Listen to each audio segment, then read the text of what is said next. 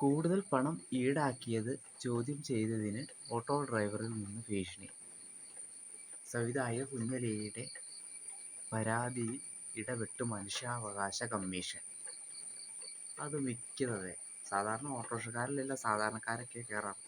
എന്നിരുന്നാലും ഈ സാധാരണക്കാരനെ എരുന്ന് തിന്നാണ് തുരന്ന് തിന്നാന്ന് പറയില്ലേ, അതുമാതിരി ഉള്ള ചില കഴുത്തറപ്പൻ പണങ്ങളൊക്കെയാണ് ചിലർ മേടിക്കുന്നത്. കാരണം അവരും സാധാരണക്കാരാണ്, സമ്മതിക്കുന്നു. പക്ഷെ എന്നാലും ഒരു മയമൊക്കെ വേണ്ടേ. അത് കറക്റ്റ് ചാർജ് എന്ന് പറഞ്ഞാൽ ഇമാർ വണ്ടമാനം കൂട്ടി മേടിക്കും. അങ്ങനത്തെ കുറേ ചെറ്റകളൊക്കെ ഉണ്ട്. തീർച്ചയായിട്ടും എല്ലാവരും അങ്ങനെ പറയണില്ല, എന്നാലും ചിലവർ അത് അച്ചട്ട് തന്നെയാണ്. ഭയങ്കരമായിട്ട് കഴുത്തിറക്കും പൈസയും മേടിക്കും അവർ. എന്നാലും ഇപ്പോൾ ഫോട്ടോയ്ക്ക് അത്ര രീതിയൊന്നും ഇപ്പം അത്ര ഇല്ല.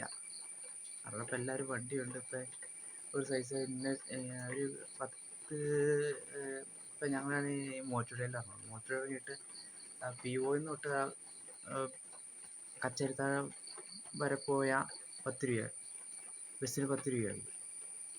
പക്ഷേ ഒരു ഓട്ടോറിക്ഷ പോയ ഇവന്മാർ 50, 100 അത്ര ഒരു മേടിക്കുന്ന ആൾക്കാരും ഉണ്ട്.